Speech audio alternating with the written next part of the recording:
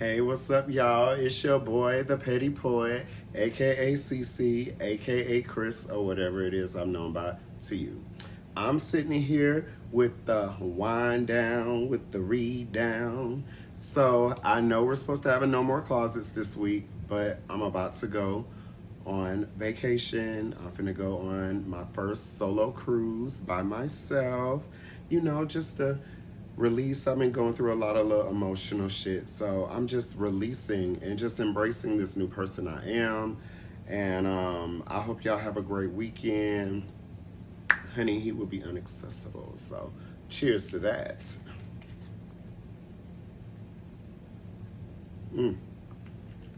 Y'all know I love Prosecco. I'm sitting here drinking Lunetta. She cute. I'm missing a little cranberry juice, but it's okay. So, instead of a traditional no more closets, it's the wind down with the read down.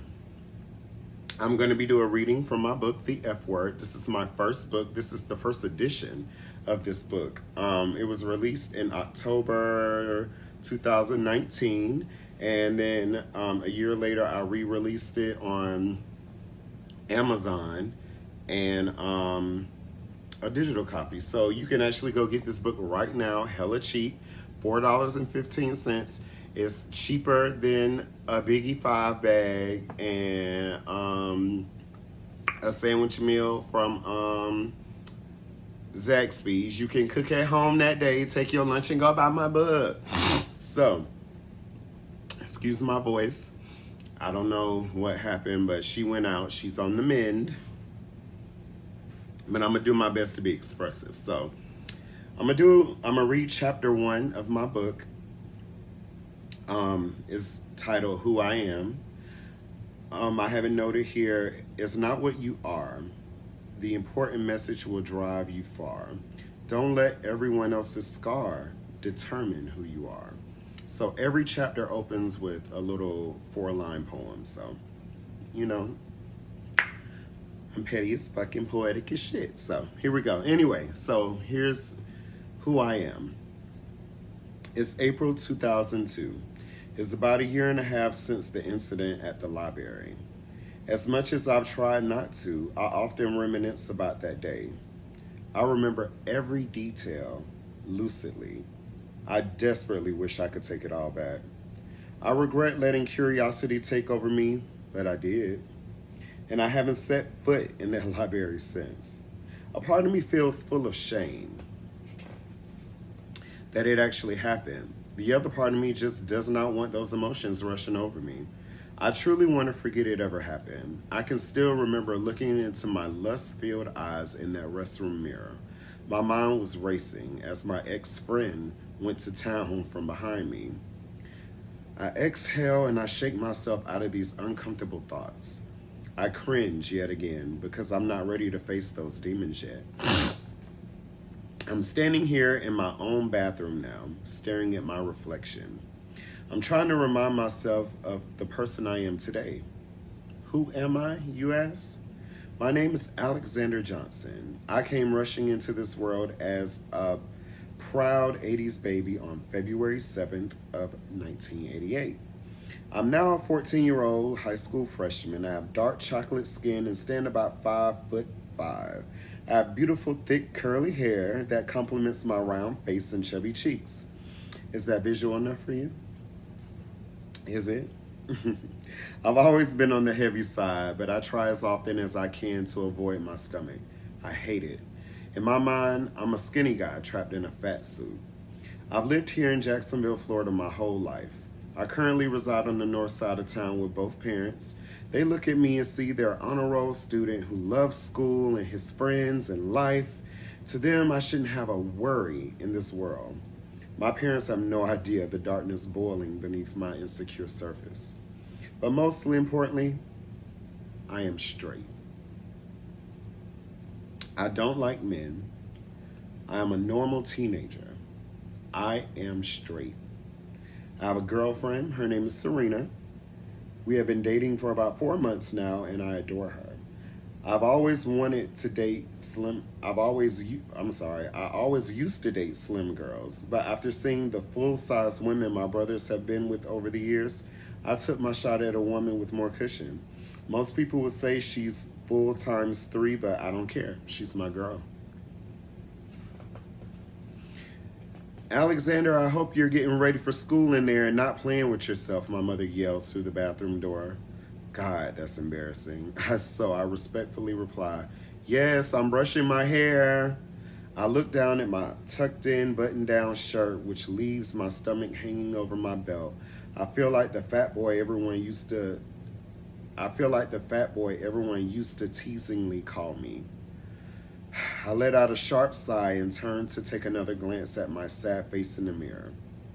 I'm ready as I'll ever be. The sun begins to peek over the clouds and bring light where the dark sky used to live. I'm sitting here in my own thoughts on the school bus headed to school. I'm sitting across from my new friend, Terry Young. A couple of months ago, I noticed him while being bored in my own world. He's quiet, stays to himself, and he loves music, just like me, actually. After a week of discreet stalking and staring, I made it my business to spark a conversation with him. For some reason, this boy has intrigued me. He just spoke to my spirit. Somehow, I just knew we were meant to be friends. He stands about 5'8". He has a little gut, but he's not fat. He's brown skinned, light brown eyes, and so far, he kept his hair cut low. From my observation, he seems a bit unsure of himself, yet something in his eyes are deep. Something in his eyes is deep and expressive. There's more to him than what he shows. He transferred into my math class after winter break, so that alone opened up all opportunities to start a conversation with him. I pondered for days and eventually took the obvious approach of, Hey, did you get the notes in math class yesterday? He seemed surprised that someone would even notice he was there. It was like he was just existing, waiting for someone to remind him he's alive. It took some warming up, but we finally got a regular dialogue going. I never put that much thought into making a friend before. But before I can dwell on that thought, I arrive at school. By second period, I find myself in one of my subjects I absolutely hate, gym. However, my new friend Maya makes it tolerable. Throughout the entire period, all we do is talk about pop culture and sing our favorite songs. She's basically the girl version of me. We have so much in common. She's the prettiest girl I've ever seen. She has shoulder-length, straight black hair that complements her oval chocolate face. She's petite build and her calm demeanor is just alluring. She's just all the way stunning to me. Serena is jealous of our friendship. I can admit I do spend a large amount of time gushing over Maya. However, the situation is getting out of hand because Serena's friend Kenya has been feeding her false information. Kenya told her that Maya and I have been having a secret relationship going on.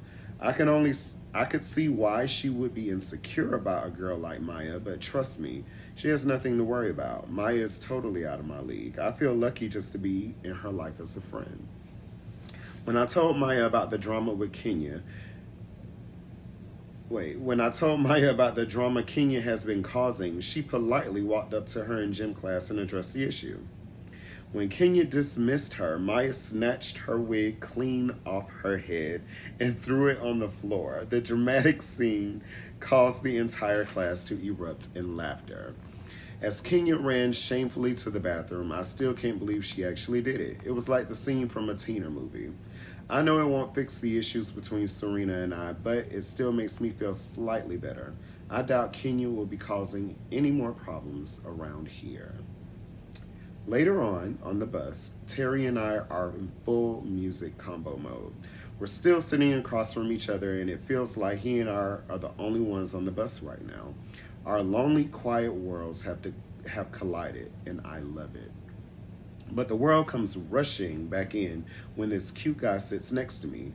Our afternoon bus is a transfer bus for the students at Paxton High, which means it picks us up from Frank H. Peterson, picks up the Paxton students, and then continues on with the afternoon route. Due to my obvious distraction, Terry turns around and I am left alone to ponder in my own thoughts. I was eavesdropping and overheard someone call out the cute guy's name, Jarek. Like Jared with a K. So unique and sexy, just like his eyes. My stomach is in knots. I've been eyeing Jarek for weeks now, and I'm thrilled each time he sits next to me. I begin to chant in my head to silence my thoughts. I am straight, I am straight, I am straight, I am straight. But as much as I try my best to hold on to my heterosexual mentality, it is non-existent when Jarek is around. He is the most beautiful caramel brown skinned man I have ever seen. A short, neatly kept fro which fits his face perfectly. And oh my God, okay. I know I'm straight, and above all, I am not single. But if both of those were the opposite, he is the only guy I would consider dating. I am strangely infatuated with him. For the entire bus ride, I secretly wish that his hand would slip and touch mine. My heart begins to race at the thought of how soft his hands may be. I know I have to stop staring at him, but he's just so beautiful. I know, I have to stop staring. I have to. I can't. I can just imagine running my hand down his... I am quickly thrown back into reality as the bus comes to a sudden stop. Jerry gets off the bus, and as he walks towards the exit, I wish he would look back at me. My heart is hammering with anxiety as I let the unlikely possibility seep into my brain. I just want some kind of gesture to let me know he thinks about me too. Disappointingly, but not surprising, he does not. And once again, I am alone with my thoughts. Terry has gotten off the bus as well. I didn't even notice. As I stare out the semi-dirty window, I begin to daydream about Jerry. I try so hard to picture what it would be like to date him, to kiss him, hold him in my arms. However, my mind won't let the thoughts fester. As much as I consider fighting my own resistance, I know it's the right thing to do. I have to just let these thoughts go. I cannot wait to get home and get off this temptation wagon. Later on that night, I found myself completely captivated in the thoughts of Jarek. Why am I so fixated on this guy? I am alone in my room where I can let my thoughts run free. Here in this space, I feel safe. I feel I am not wrong. I am just Alex. I am not the fat boy or any other name people used to call me. I'm just Alex. And finally, I can let my mind indulge in the concept of something more with Jarek. I begin to fantasize about him, putting his strong arms around me, squeezing me so tight that the warmth from his body feels like my own. I can hardly catch my breath as he starts kissing my neck slowly. I exhale when he's using that sexy, smooth voice to whisper in my ear about how sexy I am. Simultaneously, I feel his big bulging crotch tease my ass. I let out a whimper of pure erotic excitement. I feel my heart hammering in my chest again. I can smell his cologne breezing swiftly past my nose. I close my eyes and take it all in. I'm ready to take him all in. And in this very moment, I let the excitement rush over me as I get aroused. I open my eyes to see Serena's disapproving face staring back at me. The judgment in her eyes compels me to shake myself from my caramel fantasy. I get up and walk to the bathroom, and once again, I am face to face with my reflection. I feel like there are two sides of myself playing tug of war. On one side, I have to stay in line On one side, I have to stay in line with what everyone expects me to be. The other side is dying to be free and exploring what I've been yearning for. I observe myself closely. I gaze into my lost brown eyes, refusing to say the words that have plagued me for so long. A single tear ripples down my cheek as I say it out loud. I am not gay. I am not gay. I exhale again, this time in frustration and anguish. I close my eyes and open them again as I look closely at myself. I feel like I'm looking into my own soul. I start to I start to feel consumed with anxiety. I'm hoping it'll be easier to confess what I really want to say, but it's not. Finally, the words slip from my lips anyway. I am bisexual. I say to the reflection quietly enough so only I can hear it. Then I quickly turn away, not wanting to look at myself anymore, because I no longer like what I see. So, that is chapter 1 from my book, The F Word. Check it out. If y'all like what you heard, I'll be doing more readings from this one and the second one. Very compelling story, coming of age story about clearly a young guy coming out as gay. Loosely inspired by my life, but you know, mind your business. But definitely check it out. Thank y'all for supporting me. Like, share this video, comment if you like what you heard. I'll be dropping the link to the book, so definitely go get it. And I hope y'all have a great weekend. And remember, your day hits different when your vibes are positive. Love y'all. Bye. I'm on a boat, bitch. I'm on a boat. Hey, I'm on a boat, bitch. I'm on a boat. Hey, hey, hey, hey, hey. I love y'all. Peace out. And don't let nobody mess up your day. Stay spiritually connected and do your thing. Ow.